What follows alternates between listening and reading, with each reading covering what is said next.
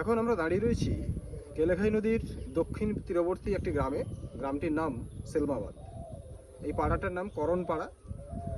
এই করণপাড়াতে আমি বছরে প্রায় অনেক সময় এখানে চলে আসি।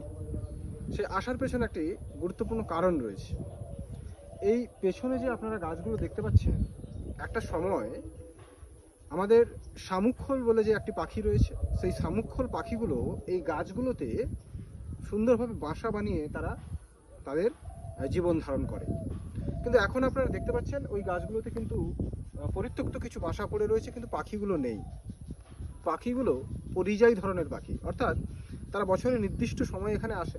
অর্থাৎ এই বছর জ্যৈষ্ঠ মাসের পর, অর্থাৎ জুলাই মাসের ঠিক শুরুর দিকে এই পাখিগুলো চলে আসবে। পাখিগুলো এসে এখানে নির্দিষ্ট কয়েক প্রজাতির গাছের তারা বাসা বাঁধে এবং ঠিক দুর্গাপুজোর পরেই তারা এখান থেকে চলে যায়। যাই হোক, সমস্যাটা হচ্ছে কি, যে ইদানিংকালে আমাদের এই তল্লাটে, এই সেলমাবাদের যে বিস্তীর্ণ অঞ্চলে অর্জুন, তেঁতুল, হিজল, নিম এই সমস্ত গাছ কিন্তু ধীরে ধীরে নষ্ট হয়ে যাচ্ছে বা কেটে ফেলা হচ্ছে। বড় গাছগুলোকে কেটে ফেলা হচ্ছে, যার ফলে ওই শামুকখোল পাখিগুলো কিন্তু বাসা বাঁধার জন্য উপযুক্ত গাছ খুঁজে পাচ্ছে না। তাই ধীরে ধীরে আমরা দেখতে পাচ্ছি, আমার গবেষণায় আমি দেখেছি যে ধীরে ধীরে এদের যে বাসা বাঁধার কলোনিগুলো শিফট হচ্ছে এবং কলোনিগুলোর সংখ্যা ধীরে ধীরে কমে যাচ্ছে। তার প্রধান একটি কারণ আমি বললাম যে স্থানীয়ভাবে বড় গাছগুলোর কমে যাওয়া। অন্যান্য বিভিন্ন ধরনের কারণ রয়েছে। আমরা পিছনে যে মাঠটি দেখতে পাচ্ছেন, এটা কিন্তু একটি জলাভূমি। কেলেঘাইয়ের দক্ষিণ তীরবর্তী একটি বিরাট জলাভূমি। এটাতে এখন চাষ হয়েছে, ধানের চাষ হয়েছে। ঠিক এর আগে এই জলাভূমিগুলোতে একবারে শামুকখোল, অর্থাৎ শামুকখোল পাখি বিস্তীর্ণভাবে বসে থাকে এবং এখান থেকে তারা খাদ্য সংগ্রহ করে। এরকম জলাভূমিগুলো কেলেঘাই নদীর উভয় তীরে, অর্থাৎ উত্তরে এবং দক্ষিণ তীরবর্তী এলাকাতে প্রচুর পরিমাণে জলাভূমি রয়েছে। সেই জলাভূমিগুলিতে এরা সহজে খাদ্য গ্রহণ করে বলে খুব প্রাচীনকাল থেকে এই সমস্ত গ্রামগুলিতে তারা নির্দিষ্ট টাইমে এসে বাসা বাঁধত এবং নির্দিষ্ট টাইমে তারা ফিরে যেত পরিযায়ী হয়ে। কিন্তু বর্তমান সময়ে আমি আমার গবেষণায় দেখতে পাচ্ছি যে ধীরে ধীরে তাদের কলোনিগুলো কিন্তু কন্ট্রাকশন হচ্ছে, অর্থাৎ কমে যাচ্ছে এবং তাদের গাছ নির্বাচন করার ক্ষেত্রে একটা পরিবর্তন এসছে। বাসা বাঁধার জন্য যে গাছ, সেই গাছ নির্বাচন করার ক্ষেত্রে একটা পরিবর্তন এসছে।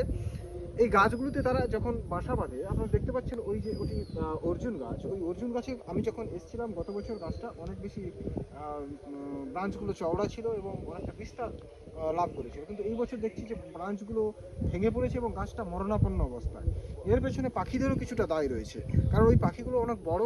যখন তারা বাসা বাঁধে, বিভিন্ন জায়গা থেকে ডালপালা নিয়ে এসে যখন বাসাগুলো বাঁধে, ওই গাছটা এবং তাদের যে ড্রপলিংস, অর্থাৎ তারা যে পায়খানাটা করে, সেই পায়খানার জন্য ওই গাছের হেলথে ভীষণ প্রবলেম হয় এবং ধীরে ধীরে এই গাছগুলো মারা যায়। এইভাবে এই পুকুরটির পাড়ে অনেক অর্জুন গাছ ছিল। গৃহস্থ আমাকে জানালেন, গৃহস্থর সঙ্গে আমার ভীষণ আলাপ রয়েছে, আমি আসি এনাদের বাড়িতে প্রায়ই পাখির খোঁজ নিতে। উনি আমাকে বললেন যে এই বছরই দুটো অর্জুন গাছ তিনি কেটে ফেলেছেন। কারণটা কি, অর্জুন গাছ দুটো মারা গিয়েছিল।